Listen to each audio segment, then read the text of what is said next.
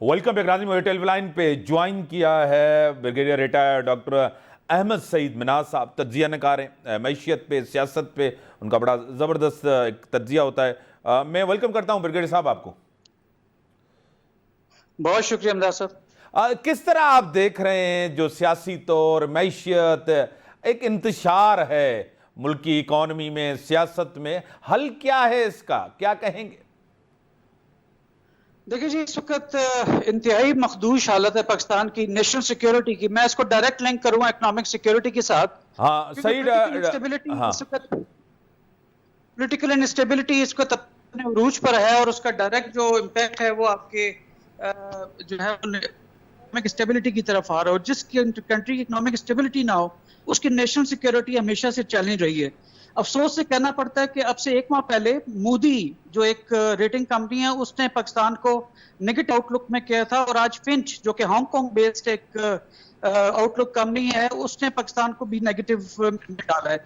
इसके अलावा एक और वेस्टर्न एक सर्वे आया है जिसमें पाकिस्तान को दुनिया में चौथे नंबर पर ऐसा मुल्क करार दिया है जो कि अपना आपकी जो है वो डिफॉल्ट की तरफ जा रहा है। और बड़े गम से और दुख से कहना पड़ता है कि उन कंट्रीज में पहले 3 नंबर है वो सल्वाडोर है, घाना है, तुनीजिया, और चौथे नंबर पे पाकिस्तान है। तो इन कंडीशंस के अंदर पाकिस्तान के एक न्यूक्लियर पावर और एक इतनी बड़ी 22 करोड़ 23 करोड़ की आवाम के होते हुए, तमाम नेचुरल रिसोर्सेज से माला माल होते हुए, पॉलिटिकल इंस्टेबिलिटी की वजह से हम डिफॉल्ट कंट्रीज की लिस्ट में शामिल हो गए हैं, जो कि मखदूश है।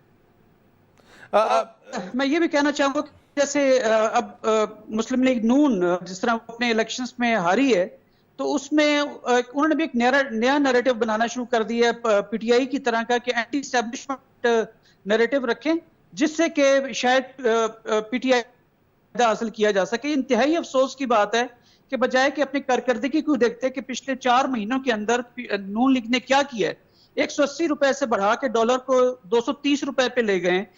इसको आप डीजल को और पेट्रोल को देखें तो वो 250 और 350 रुपए के ऊपर चला गया है। आपका गंदम का कहां पे रेट चला गया, आपका तेल, खुरदरी तेल कहां पे चला गया है। और ये सब चीजें लोगों ने इसके रिएक्शन के अंदर उनको वोट नहीं डाले। अब मुझे तो ये लगता है कि वो ये एक्सपेक्ट कर रहे थे कि शायद अगर आर्मी जो है वो चूंकि अब उनके जेरे वो है कमांड है ऑफ कोर्स इस पॉलिटिकल गवर्नमेंट के, तो शायद उन्होंने इनको जताना था अपने इलेक्शंस के अंदर, which was totally wrong perception. ये इंतहाई रॉन्ग परसेप्शन है कि जिसकी गवर्नमेंट होगी और उसके साथ फौज अगर खड़ी होती है, ये चीफ जाके उनसे अपने पॉलिटिकल लीडरशिप से मिलते हैं जो कि उनके मातहत हैं, तो उसका गलत मतलब दिया जाता है कि शायद वो उनको इलेक्शंस के अंदर भी उस तरह से हेल्प करेंगे, जो कि गलत है। और ये जो आर्मी ने और जनरल बाजवा ने जो स्टैंड लिया है कि हम ए पॉलिटिकल रहेंगे, ये इंतहाई अच्छा कदम है कि इससे ना सिर्फ अवाम में एक शऊर आया है बल्कि पॉलिटिकल मैच्योरिटी की तरफ पाकिस्तान जा रहा है। और अब लोगों को भी पता है कि किसे सिलेक्ट करना है, और पॉलिटिकल लीडरशिप को भी पता है कि दरवाजा 4 नंबर गेट से आप इक़्तिदार में नहीं आ सकते बल्कि कारकर्दगी से आएंगे। आप जितनी कारकर्दगी अच्छी दिखाएंगे उतना लोग आपको वोट देंगे, उतना आप स्ट्रांग लीडरशिप होंगे। अभी लेकिन आज जिस तरह की उन्होंने एक मीटिंग की है पीडीएम ने लाहौर के अंदर, तो उसमें जिस तरह से लीडरशिप बैठ के अफसोस से कहना पड़ता है कि हंस रहे थे, उसमें मुझे बहुत अजीब सा लगा कि दुनिया ने बल्कि उसको बहुत नेगेटिव कमेंट किया है कि पॉलिटिकल इंस्टेबिलिटी है। और किस किस्म की बात है, कह रहे हैं हमजा की हम लोग गवर्नमेंट को बचाएंगे, तो ठीक है बचाएं, लेकिन अगेन अगर जोड़ तोड़ करके करेंगे तो पाकिस्तान कब पॉलिटिकली स्टेबल होगा?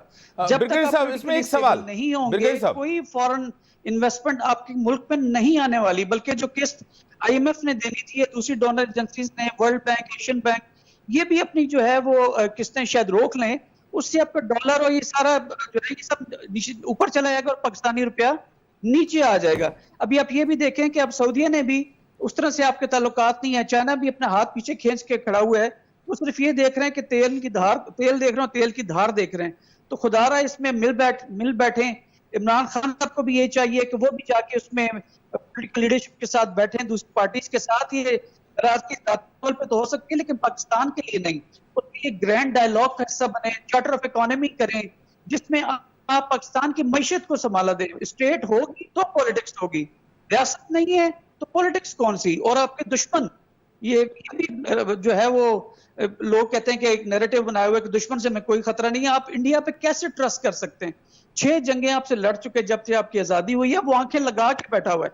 और अब वो वाली जंग में नहीं है कि आप टैंकों के साथ लड़ेंगे, वो इसी किस्म की 5th जनरेशन वॉरफेयर को इस्तेमाल करते हुए पाकिस्तान को कमजोर कर रहे हैं। तो लिहाजा हमारी पॉलिटिकल लीडरशिप को चीज समझनी चाहिए कि अपने जाती अनाज या कोई भी अगर इस पॉलिटिकल डिफरेंसेस है उसको साइड पे रख के पाकिस्तान की खातर ग्रैंड डायलॉग का हिस्सा बने, चार्टर ऑफ इकोनॉमी के हिस्सा बने। इमरान खान साहब जीते जरूर हैं, लेकिन उनको भी ख्याल रखना चाहिए कि जो पावर आती है वो एक रिस्पॉन्सिबिलिटी के साथ आती है, तो उनके पास ऊपर जिम्मेदारी उतनी ही बढ़ गई। कल खुदा ना खास्ता पाकिस्तान को अगर कुछ भी नेगेटिव कुछ होता है तो इमरान खान साहब कभी भी ये नहीं कह सकते कि इसमें मेरा कसूर नहीं था, वो इक्वली इसके जिम्मेदार होंगे, पीटीआई उतनी इक्वली जिम्मेदार होगी। तो लिहाजा तमाम पॉलिटिकल पार्टीज को एक जा होकर, एक पेज पर होकर पाकिस्तान की खातिर सोचना होगा।